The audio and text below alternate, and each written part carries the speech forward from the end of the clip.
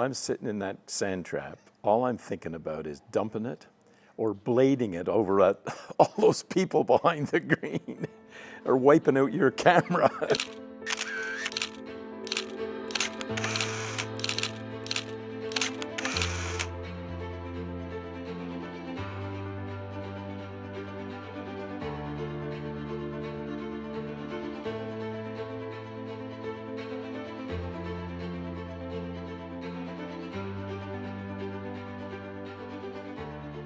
By the way, that's my warm-up routine. Just swing the club a few times. I was going to say, Mike, run us through. What's the warm-up routine? Look at that. That's it. And you know what's funny?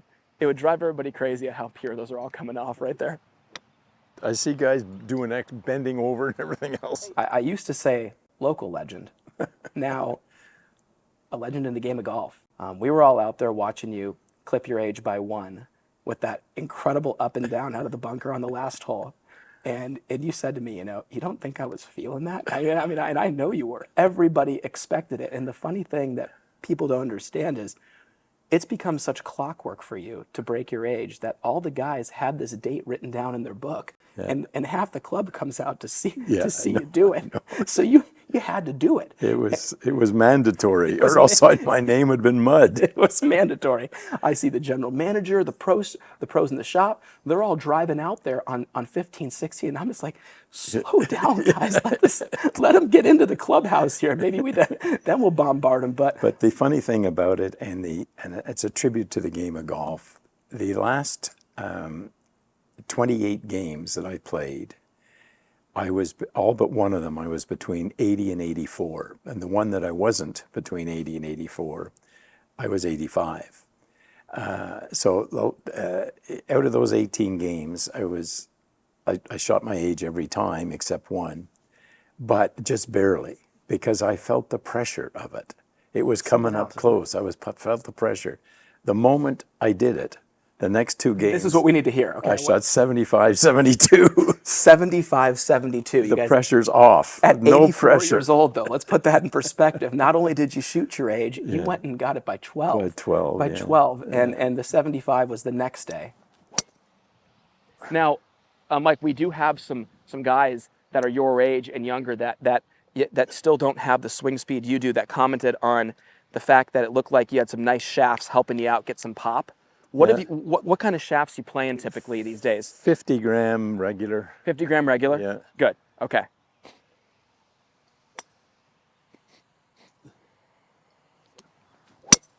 Oh. Give me your background in the game of golf. When did you start playing the game? I started playing when I was about 8 years old. My father was a golfer. He loved to play, both my father and my mother. And he had a rubber tire out in the backyard, and he gave me a club. I can remember it to this day, to chip the ball into the rubber tire. And I just got infatuated by that whole process. And did you end up playing some junior golf? Did you end up playing? I played junior golf, and then I played a lot of competitive golf around the province of Quebec and won a few things. I won the Quebec Amateur Championship, which is like a state amateur here, when I was 20. And but then I gave up the game at about age 30 for 10 years because I had a business career going and I had a family that was growing and so forth, and I just didn't have time for the game.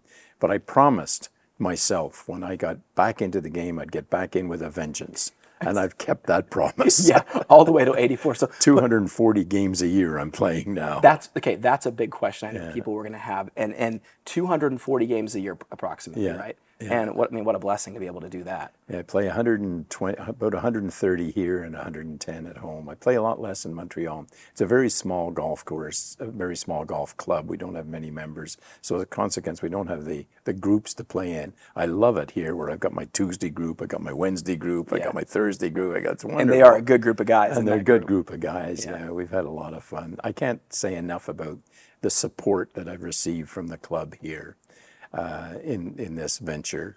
It's just been fantastic how I'd walk through the clubhouse and people would say, did you shoot your age today? Or what's the number now? But the one line that I loved to use was if I'd shot my age that day and somebody said, did you shoot your age today? I'd always say to them, oh, I'm not that old. Well, it's everybody always says back to you, man, I'm just waiting until I get to about 93 and maybe I got a chance. And I go, that doesn't mean you're going to be getting better at that point. But no, it's incredible, and it's been unbelievable to be a part of it and to witness it. And it's funny you mentioned that tire when you grew up and you're chipping. Yeah. I have watched you now for years on number 9. Yeah. And there are moments where, yes, you're putting a 6-footer for birdie, and there are Yeah. moments where you're putting a 15-footer for birdie, or even Yeah. a tap-in saw the other day. Yeah. But I've seen some up and downs from you that have been just unbelievable. And I have to say, your hands around the greens are, in my opinion, some of the best that I've seen of the guys at the club. And I think that, I watch you hit short putts, you make them. I watch you around the edges of the green, you're giving yourself a putt. I mean, what do you attribute the success to over time? Like, I have no real idea of it. I don't, the technical aspect of the game, I'm kind of blasé about.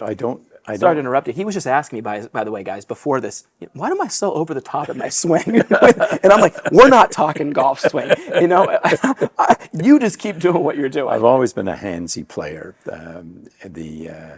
I don't know why it is, but I've always been a handsy player, and it gets me into trouble at times because those hands don't work sometimes. Yeah. And you stub it or something. But it's the feel for the greens. I seem to have a better feel for the greens here, or the surfaces around the greens here than I do back home. I don't know why, but it's if you don't have a feel for the game, I don't know how you can play it. But every once in a while, not every once in a while, too often, I'm over the top. It drives me crazy. But can we be honest? Shouldn't I be the one hitting balls and Mike teaching me No, right now? no. I mean, I really feel like I should be the one. I don't know if Kev has the shot tracer today, but I think people need to know that every single one of those golf balls are leaving on an absolute line. So let's get to the meat of it now, because I know there's a lot of questions I've had from people that are interested in your story. At what age did you break your age for the first time? 70. 70. I was 70. I broke it here and in a fivesome. And I can recall the coming down around the 15th hole. They stopped talking to me, just like you don't talk to a pitcher when he's got a no-hitter going. And the camaraderie has always been great. All of a sudden, they're shut up. There's nobody to talk to. And I'm going now 15, In 16. your group of all guys, Yeah, too. Nobody. yeah, Yeah, I'm that's like, right. yeah, something's up. Yeah. And I remember I had about a 3-footer on the last hole, on the 18th hole, side hill, big break in it. And I was over the putt, and I'm looking at it, and all of a sudden I look over, and here's the 4 of them, all standing there with their arms crossed, all 4 in a row. And I hit the putt in the hole, and they all applauded. They knew what was going on. And was that for a 70? That was for 70. Oh, yeah. that's awesome. Yeah, That's 70. awesome. And that was what, age 70? Was 70, that one? 14 years. How many? So now how many? I did it times? once at 70, and I think I did it 3 times at 71, and about 5 or 6 times at 72, something like that. And when did it really start to pile up to where it became? Well, you like to think it gets easier with age, and it does, but you've got to have your health, and I'm blessed to have my health. I say there's some factors here. We gotta stay alive. We gotta stay healthy. Well, the 4 things for the Guinness record is, number 1, you have to have a game as a kid. You got to have some kind of a game as a kid. Secondly, you've got to have your health. Thirdly, you got to play 12 months a year. And fourthly, you got to be a nerd, because you got to save every scorecard. And that's the nerdiest thing you could possibly think of. When somebody has asked you what's the strength of your game, what do you think? I don't hit many irons very close. I don't make many birdies. I drive the ball fairly straight, and I get up and down around the greens very often. The pressure, again, it's a testament to the game, because the pressure coming down 17, I never lay up on 17. I laid up because I needed 2 bogeys to finish. I'm comfortable. So I laid up on 17 in front of the water. And I-18, I'm standing there, I hit it pretty good off the tee, and I'm standing there with with a 5-wood left to the green, and I said, should I lay up here? Look at all those people, but I don't want to wimp out. I don't want to hit a wimpy shot. You hit a great shot, by the way. It's just that It just caught it. It just caught the top of the sand. you know, and if you look at if you know our holes, I mean, we have two tough finishing holes. 17 is a par 5, real narrow tee shot, narrow layup, and it goes down the hill. Water wraps all the way around the green and only leaves about a 10-foot window to hit the front right. 18 is a very tough green to hit because it's a long hole uphill. We have a big front bunker, back bunker, but you only have 5 feet to work with of green on the left side. Yeah. And the 5 feet you have to work with is only 10 feet deep. Yeah, that's so right. really, it's almost a guaranteed missed screen if you're coming in with more than a hybrid. That's right. And you got to come in high. And I mean, the long hitters are coming in with 8 irons or 9 irons or wedges or whatever, but I'm struggling with a 5-wood in there. And should I lay it? Should I try to hit it in that little corner in the left? Should I lay it up? I could hit a 5-iron layup and a little flip wedge, but it would look wimpy in front of everybody. I love that. So I had to hit the 5. I had to go for it. You hit it good. I hit it good. I almost made it. John's sitting next to me, and I go, all right, John, he's in the one spot right now that double bogey could come into play because he could hit this ball onto the first hole. Yeah, exactly. Or it could leave it back in there, and we might not get this done. And John just goes, Adam, have you seen Mike out of the sand? And I go, yes, I have. And it's always good. And I've seen you on number 9 get up and down literally every time you're in the bunker. So nonchalantly get up there with those hands and just boom. And that bunker shot, which absolutely will play right now, Kevin, we're going to just loop that in right now, is unbelievable. You hit that thing to about, I mean, you didn't even leave yourself more than 10, 12 inches. That's about a foot, yeah. About a foot. So I knew you had that one covered. Yeah. Were you still shaking over the 1-foot putt? Of course I was. No, you were. I know. Of course I was. You had to be.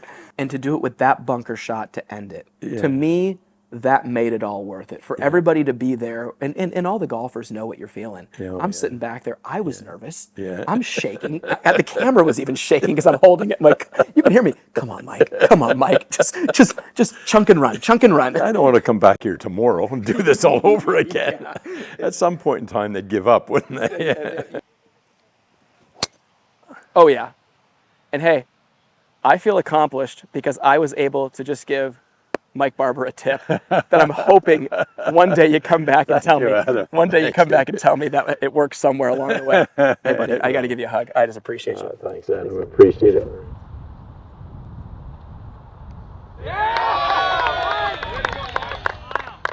And you know what, though? But I have to tell you, just for me, somebody who appreciates the history of the game, and somebody who appreciates the game as much as I do, and I know you do as well. We both share that. To even be a small part of it, to witness this over the past, what have I been teaching here now? 7 years. To watch you do this, to know the story, to see it transpire. Yeah, it's unbelievable. And your support has been very rewarding too, Adam. Every time I'd come by 9, I always knew that you were going to ask me, and so I had to have the appropriate sign, either this or no. I'd be mid-instruction in a big moment with some people, and I just go, I just need 1 second real quick.